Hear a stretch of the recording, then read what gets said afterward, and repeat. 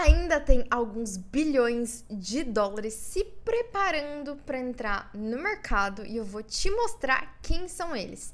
Talvez uma das coisas mais surpreendentes que eu descobri recentemente é que esses bilhões, na verdade, talvez superem e muito os bilhões que entraram via ETF. Foi uma super surpresa para mim, realmente, né? Eu descobri muito recentemente, juntando vários dados, não foi uma análise que eu descobri de algum lugar, eu fui juntando algumas notícias e percebi, tive esse estalo, e eu quero mostrar isso para vocês, porque esses dados juntos me fizeram ficar ainda mais animada com o Bitcoin, se é que é possível, né? Mas sim, gerou esse sentimento muito positivo de um futuro ainda com desempenho de preço bem interessante.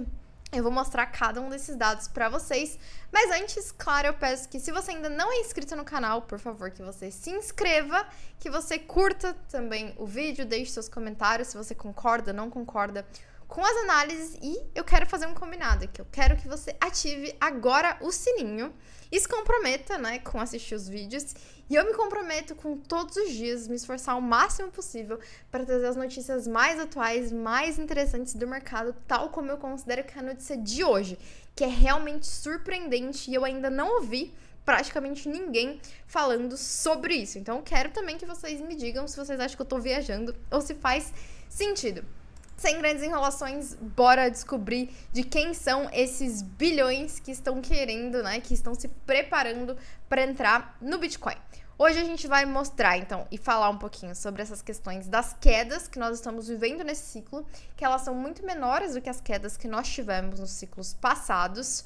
A questão da BlackRock, com 2 outros pedidos para exposição ao Bitcoin, grandes corporações e as warehouses que estão se preparando para entrar no Bitcoin e algumas projeções de preço bem surpreendentes que fazem com que a gente fique assim, ó, esperançoso de um futuro bem próspero para aqueles que acreditaram e estão no Bitcoin. Então, antes de qualquer coisa, eu quero mostrar para vocês, só para que todo mundo esteja na mesma página, né, a questão do desempenho do Bitcoin no ano. Então, desde janeiro até agora, hoje eu tô gravando no dia 12 de março, o preço subiu 71%. Hoje, especificamente, a gente tá vivendo uma quedinha no mercado, de mais ou menos 2%, dependendo da hora, ele chegou até 4%. E o que é interessante, né? Se a gente vê as quedas que nós tivemos durante esse ano, elas são muito rápidas e muito pequenas em termos de amplitude de preço. Bem no começo do ano, a gente teve uma queda de 10% que durou 2 dias. Durante o ETF, né, é sempre importante lembrar que nos momentos com eventos marcantes, aprovação de ETF, halving, é comum que, na verdade, não que a gente espere queda ou subida, a gente espera volatilidade, né? E volatilidade necessariamente significa um pouco de queda. Então, nós tivemos, durante ali o período de aprovação do ETF, 11 dias em que o preço caiu mais ou menos 20%, e nós tivemos também no dia em que bateu a all-time high especificamente, né, subiu muito rápido e depois caiu, assim, até teletransportou, pareceu, assim, uma hora tava ali 69 e já tava 65, tu nem viu cair, já, assim, foi bem surpreendente, na verdade, esse desempenho, né, e aí foi 13%. Que durou um dia, ainda assim muito pequeno, né? E o que é interessante, né? Essas quedas baixas e com esse desempenho absurdo estava gerando em mim especificamente um sentimento de mas e a correção? Cadê a correção? Né? Sendo alguém que já viveu outros ciclos, eu estava esperando uma queda de 20%, 30% ali acontecer em qualquer momento e ela não estava acontecendo. Então, eu fui pesquisar sobre isso e aí eu descobri esse gráfico incrível. E esse gráfico mostra a amplitude das quedas em cada um dos ciclos delas, tanto a máxima da queda de determinado ciclo de alta, quanto a média das correções desse ciclo, tá? O que é importante saber? Nesse gráfico, a gente não analisa, não considera a queda do momento do bear market, tá? Só se considera o momento, as quedas, né, as correções do momento de alta do mercado. E aí, o que a gente sabe, né? Entre 2012 e 2014, queda máxima do momento de alta, 70%, média 21%. Entre os ciclos de 2015 e 2018, máxima de queda 32%, média de queda 10%. Durante o ciclo de 2018, máxima de queda durante a alta 60%, média de queda durante a alta 19%. É interessante até que se a gente pensa, né? Então teve essa bem com uma grande amplitude, essa que não teve uma amplitude tão grande, mais uma de amplitude grande, e talvez essa realmente não vai ser uma alta com quedas tão bruscas. Talvez por conta dessa questão cíclica que eu nunca tinha ouvido ninguém falar, assim, e não sei se faz sentido, ou se, sei lá, né, não é um grande histórico, digamos aqui, né, a gente tá falando só de 3 ciclos, mas parece que é uma muito agitada, uma menos, uma muito agitada e essa menos. Além do fato da questão de ter grandes players, né? E uma barreira de compra muito grande, assim. Então, se cai um pouco, já tem muita gente comprando, muitas ordens de compra e poucas de venda devido à questão do choque de oferta que eu já falei pra vocês em outros vídeos. Mas, o que a gente consegue saber, né? É que, por enquanto, desde o ciclo de 2023, né? Desde que começou a subir em 2023 até agora, a máxima que a gente teve de queda foi 19%, média de queda 5%. Então, nada muito absurdo, né? Até que depende, né? Uma diferencinha, mas essa queda aqui foi que a gente teve de mais expressivo nesse ciclo. O que mostra que talvez a gente não tenha oportunidades tão boas de quedas para compra, o que faz com que a pergunta clássica que todo mundo me envia no inbox todos os dias: devo esperar cair para comprar? Talvez a gente não tenha essas oportunidades de queda tão grande nesse momento, né? E aí vem a questão: por que então as correções estão tão pequenas? Particularmente, né, é porque nós temos grandes players comprando muito Bitcoin o tempo todo, né? A MicroStrategy acabou, assim, faz o quê? Foi ontem, né, que a gente teve essa notícia de que a BlackRock comprou 12 mil bitcoins e continua comprando e nada faz ela parar, né? E ele deu o Michael Saylor, né, que é o CEO da MicroStrategy, deu uma entrevista no dia da compra dizendo, cara, o Bitcoin vai comer o ouro e vai continuar crescendo e eu vou continuar comprando, né? Então a gente tem a MicroStrategy especificamente comprando tudo que consegue, quando consegue.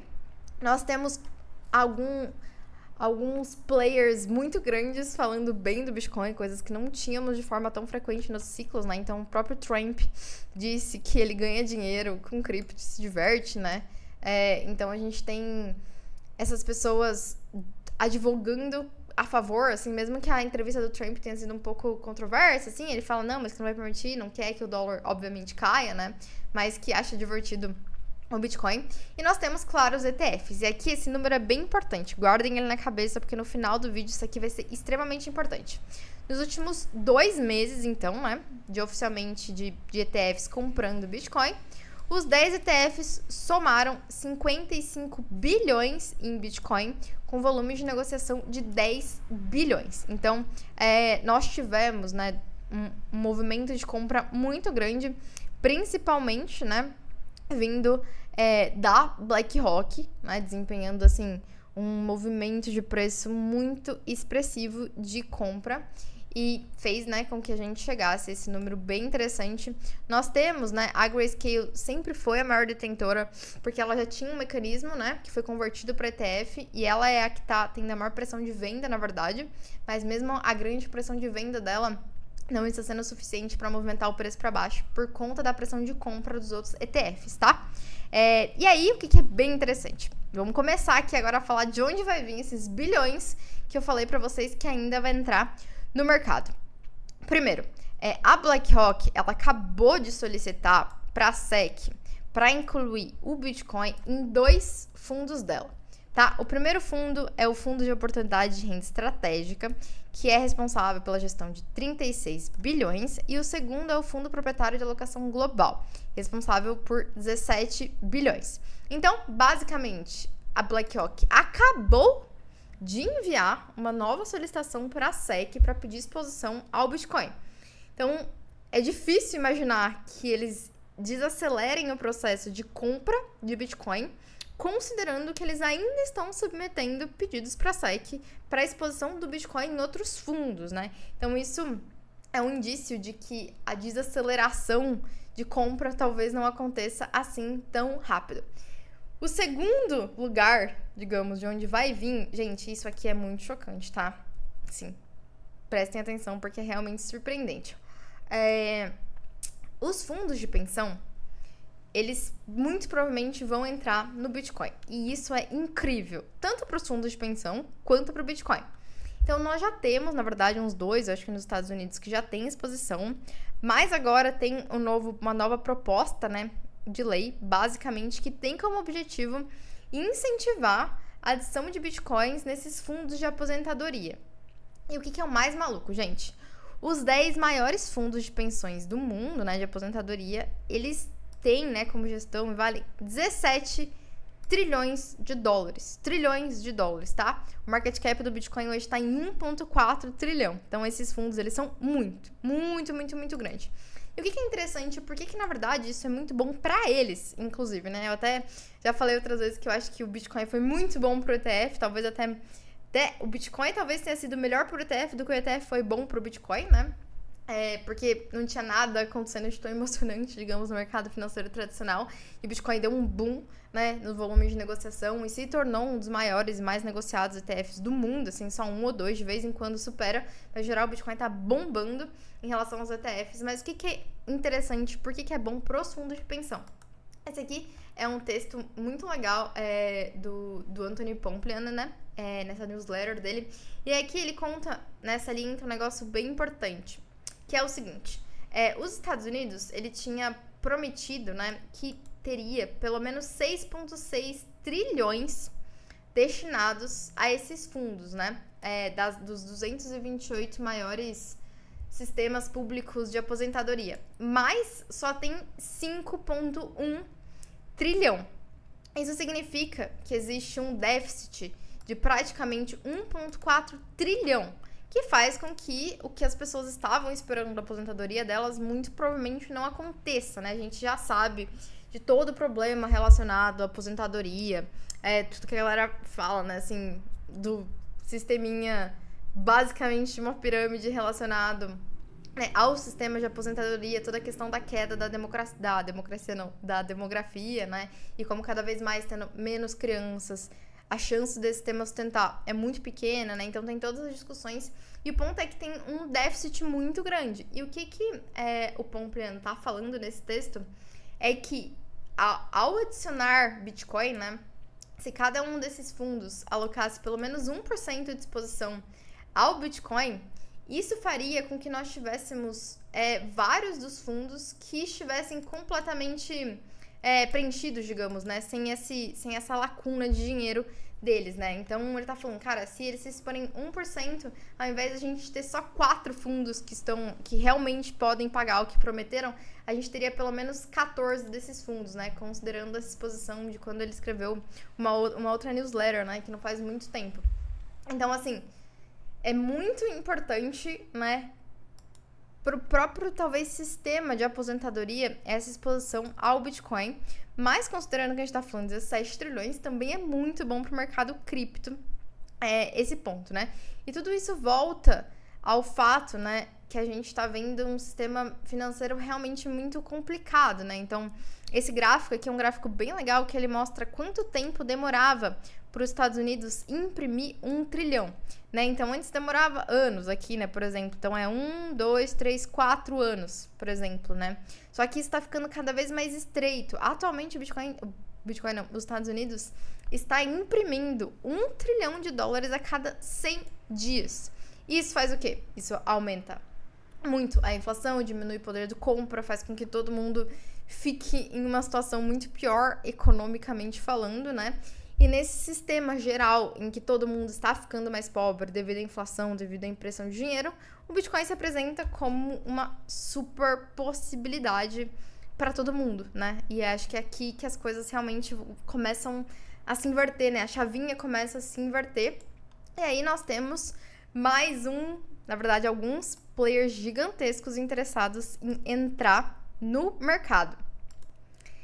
Um dos players mais interessantes que ainda estão se preparando são as wirehouses. As wirehouses, elas são, digamos que o grupo formado pelos corretores que auxiliam os bancos na gestão do dinheiro dos seus respectivos clientes, né? Então, eles são quase como se fossem os consultores, digamos, dos bancos, né? E eles são responsáveis por muito, mas muito dinheiro. Aproximadamente, vou mostrar aqui pra vocês só esse dado aqui antes, tá? Se a gente considera os 5 maiores, as 5 maiores warehouses, a gente tá falando de 15 trilhões de dólares, tá? Então, considerando as warehouses JP Morgan, Merrill Lynch, Morgan Stanley, UBS e Wells Fargo, 15 trilhões. E o que aconteceu, né? A Bitwise ontem divulgou que ela está fazendo, né, o processo de due diligence e discutindo a incorporação do ETF, né? A Bitwise, ela é um dos proponentes do ETF, né? Ela tem o segundo maior ETF, tirando a Grayscale, né? E ela disse que eles estão conversando com as maiores warehouses, com os consultores institucionais, com grandes corporações para incorporação do ETF. Basicamente, ela disse, né, que eles devem comprar e ter exposição aos ETFs de Bitcoin até junho deste ano, né? Então, assim, além disso, né, ela ainda fala, bom, nas últimas semanas a Bitwise está ouvindo, né, de vários grupos que eles vão comprar Bitcoin. Esses grupos investidores individuais, RIAs, Family Office, Hedge Funds, Venture Capital Funds, Asset Managers, né?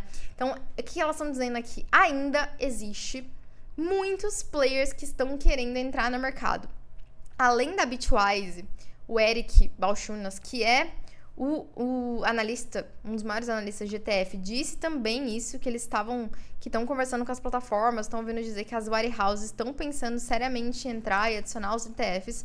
Então, nós temos também esses 15 trilhões de dólares ainda fazendo due diligence para entrar no mercado até junho.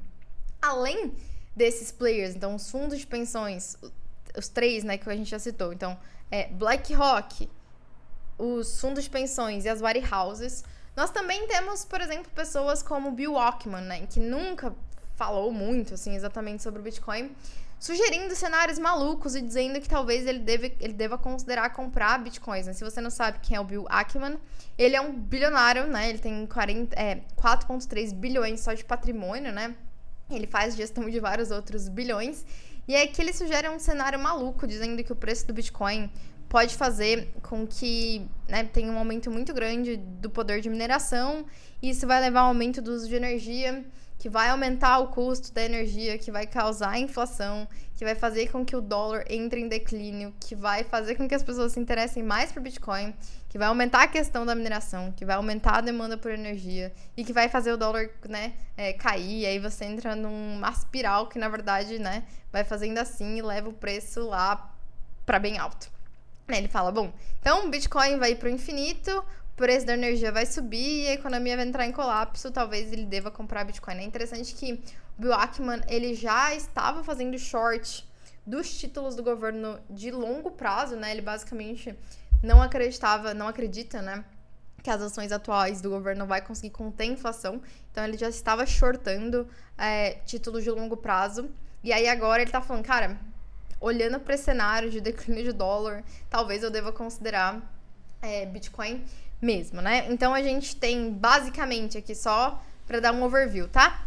Os fundos da ETF, os fundos da BlackRock, né, com alguns bilhões, fundos de pensão 17 tri, Wirehouse 15 tri, só considerando as 5 maiores, tá? Eu nem tô considerando nenhum desses outros players aqui, só 5 desse playerzinho aqui. E aí, com isso, né, e mais alguns bilionários, digamos, eu considerei 5 bilionários aqui com uma fortuna parecida com a do Ackman. Aqui, gente, a gente estaria falando, né, de 32 trilhões. Se a gente considera a conversão de 1% desses 32 tri, a gente chega em 320 bilhões. 2%, 640 bilhões.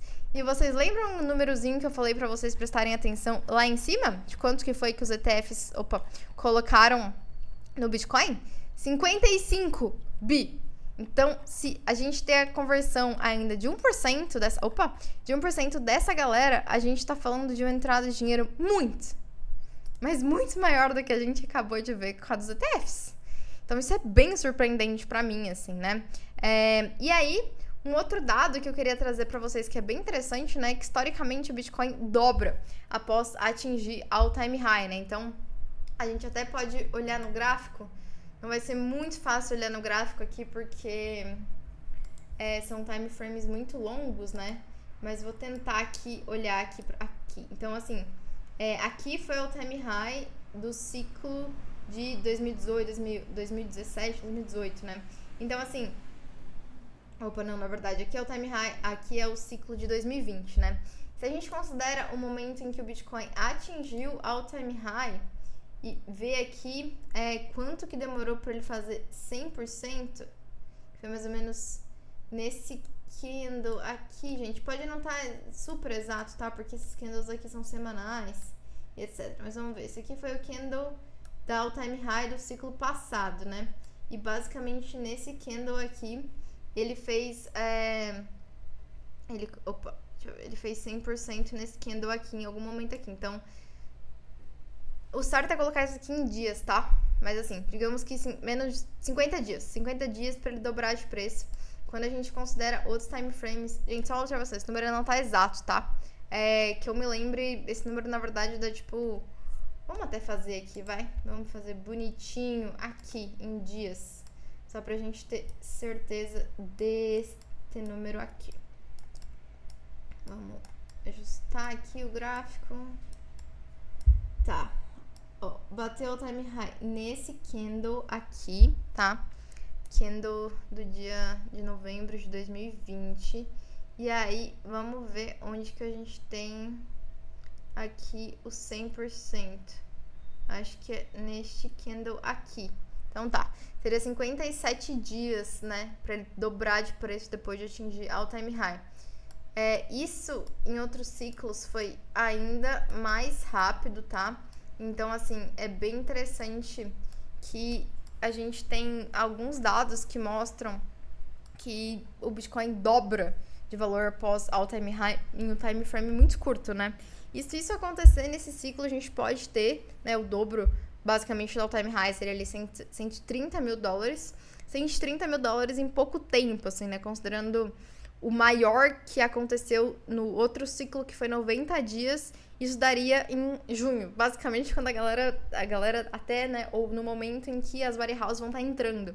Então, assim, é muita gestão de liquidez. O histórico mostra que o preço sobe muito rápido. E além da questão do Bitcoin dobrar de preço, nós também temos a questão dos novos ETFs. Então, toda essa galerinha aqui já submeteu pedidos para o ETF de Ether, tá? E as datas que nós estamos esperando que a aprovação ocorra é a partir do dia 23 de maio. Então, entre 23 ali até o final de maio, possivelmente nós podemos ter uma aprovação. As estimativas da galera tem entre 70% e 30% de chance de aprovação. E com isso aumentaria ainda mais a liquidez do mercado. E antes de eu falar sobre as projeções de preço, considerando então a entrada desses bilhões ainda para o mercado, quero pedir que, caso você ainda não me siga no Instagram, @disruptivas, no Twitter, @disruptivas, relembrar a vocês que todas as quartas-feiras de manhã tem live às 8h30, tá? Em que a gente traz um convidado para discutir alguma coisa que está acontecendo. Amanhã tem live com o Davi Figueiredo, que é um desenvolvedor blockchain com uma carreira bem interessante também relacionada à segurança. A gente vai falar sobre hack, sobre autocustódia. Então já deixo o convite aqui para vocês amanhã às 8h30. Hoje o vídeo está sendo gravado terça, tá? Então bem amanhã cedo. E lembrar que de segunda a sexta eu sempre publico, né, essas noticiazinhas aqui sobre o que está acontecendo com o setor. Então eu trago para vocês os acontecimentos mais bombásticos da semana para que vocês saibam de tudo que tá rolando. E agora quero trazer para vocês, né, essa perspectiva, assim, considerando esses bilhões que ainda podem entrar no mercado. Nós temos algumas projeções de 1 milhão por Bitcoin até 2030. Vindo da Cathie Wood, que é uma super entusiasta do mercado, né? E para ela, né, então, até antes, na verdade, de 2030, a gente pode ver o preço acima de 1 milhão. A projeção dela é 1,5 milhão de dólares até 2027, então mais de 5 milhões de reais por Bitcoin até 2027, que tá aí, né, assim, tá aí, acontece rapidinho. E o que eu acho mais maluco, gente, é que a gente tem alguns players institucionais, né, como por exemplo a Fidelity, que não é do mercado cripto, que tá falando do Bitcoin atingir 100 milhões até 2035, né? Então tem algumas projeções de preço absurdas, mas elas não são absurdas quando a gente considera todos os players que ainda vão entrar no mercado. E claro que pra quem já tá aqui, eu tô aqui há 8 anos, parece que, tipo, todo mundo que tinha entrado já entrou, que todo mundo já sabe, e tá super mainstream, mas na verdade não. A gente ainda tem muitos players com trilhões de dólares pra entrar no mercado.